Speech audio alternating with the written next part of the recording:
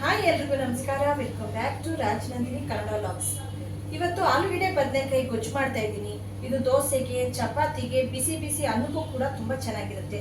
ನೀವು ಒಂದ್ಸತಿ ಟ್ರೈ ಮಾಡಿ. ನಾನು ಹೇಗೆ ಮಾಡ್ತೀನಿ ಅಂತ ತೋರಿಸ್ತೀನಿ. ಇದರಲ್ಲಿ ಯಾವುದೇ ತರ ಮಸಾಲೆ ಐಟಮ್ ಇರಲ್ಲ. ಶುಂಠಿ, ಬೆಳ್ಳುಳ್ಳಿ, ಚಕ್ಕೆ, ಲವಂಗ ಇದೇನು ಬೇಡ. ಸಿಂಪಲ್ ಆಗಿರುತ್ತೆ, ಅಷ್ಟೇ ರುಚಿಯಾಗೂ ಇರುತ್ತೆ. ನೀವು ಒಂದ್ಸತಿ ಟ್ರೈ ಮಾಡಿ. ನಾನು ಈ ಗೊಜ್ಜುನ ಕುಕ್ಕರಲ್ಲಿ ಮಾಡ್ಕೊತಾ ಇದ್ದೀನಿ. ಫಸ್ಟ್ ಕುಕ್ಕರ್ಗೆ 1-2 ಸ್ಪೂನ್ ಅಷ್ಟು ಎಣ್ಣೆ ಹಾಕೋತಾ ಇದ್ದೀನಿ. ಸಾಸಿವೆ, ಜೀರಿಗೆ, ಈರುಳ್ಳಿ, ಕರಿಬೇವು ಹಾಕೋತಾ ಇದ್ದೀನಿ.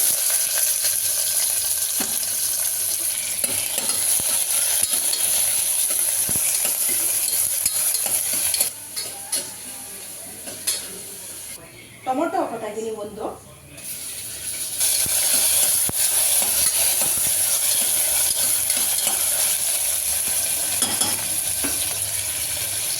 ಈಗಲೇ ರುಚಿಗೆ ತಕ್ಕಷ್ಟು ಉಪ್ಪು ಹಾಕ್ತಾ ಇದ್ದೀನಿ. ಟೊಮೊಟೊ ಕೂಡ ಬೇಗ ಬೇಯುತ್ತೆ ಅಂತ.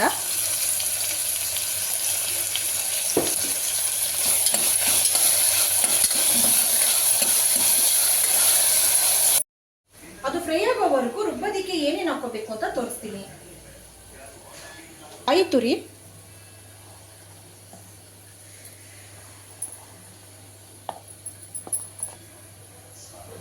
ಟೊಮೊಟೊ ಒಂದು, ಈರುಳ್ಳಿ ಒಂದು, ಕೊತ್ತಂಬರಿ ಸೊಪ್ಪು, ಸಾಂಬಾರ್ ಪೌಡ್ರು 1-3 ಸ್ಪೂನು,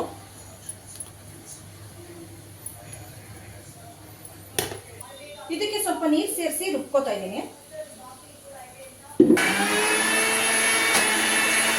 ಈ ರೀತಿ ನುಣ್ಣಗೆ ರುಬ್ಕೊಂಡಿದ್ದೀನಿ. ಬದನೆಕಾಯಿ ಆಲೂಗೆಡ್ಡೆನ ಈ ರೀತಿ ಹೆಚ್ಚಿಟ್ಕೊಂಡಿದ್ದೀನಿ. ಇದನ್ನ ಈಗ ಕುಕ್ಕರ್ಗೆ ಹಾಕ್ತಾ ಇದ್ದೀನಿ.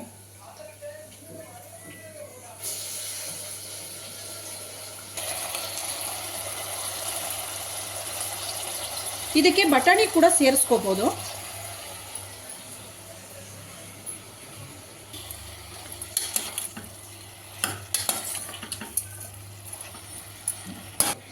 ರುಬ್ಬಿರುವ ಮಸಾಲೆ ಹಾಕ್ತಾ ಇದ್ದೀನಿ.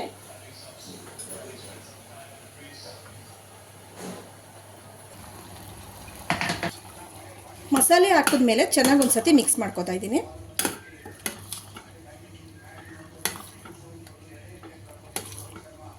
ನಮ್ಗೆ ಎಷ್ಟು ಗಟ್ಟಿ ಬೇಕು, ನಮ್ಗೆ ಎಷ್ಟು ತೆಳ್ಳು ಬೇಕು ನೋಡಿಕೊಂಡು ನೀರನ್ನು ಹೆಚ್ಚಿಸ್ಕೊತಾ ಇದ್ದೀನಿ.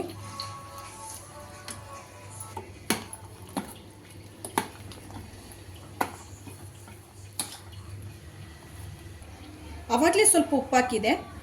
ಇವಾಗ ನೋಡಿಕೊಂಡು ಉಪ್ಪು ಹಾಕೋಬೇಕು.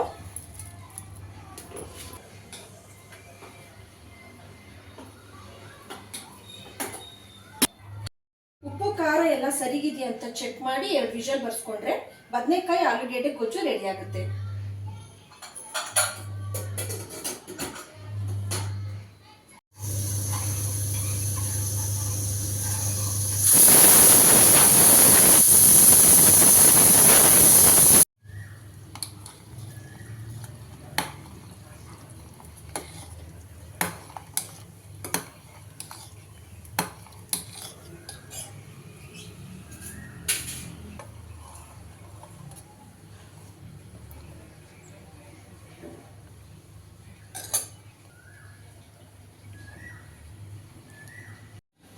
ಬಿಸಿ ಬಿಸಿಯಾದ ಆಲೂಗೆಡ್ಡೆ ಬದನೆಕಾಯಿ ಗೊಜ್ಜು ರೆಡಿ ಆಯಿತು. ಹೀಗೆ ನನ್ನ ವಿಡಿಯೋ ಇಷ್ಟ ಆದರೆ ಲೈಕ್ ಮಾಡಿ, ಸಬ್ಸ್ಕ್ರೈಬ್ ಮಾಡಿ. Thank you for watching.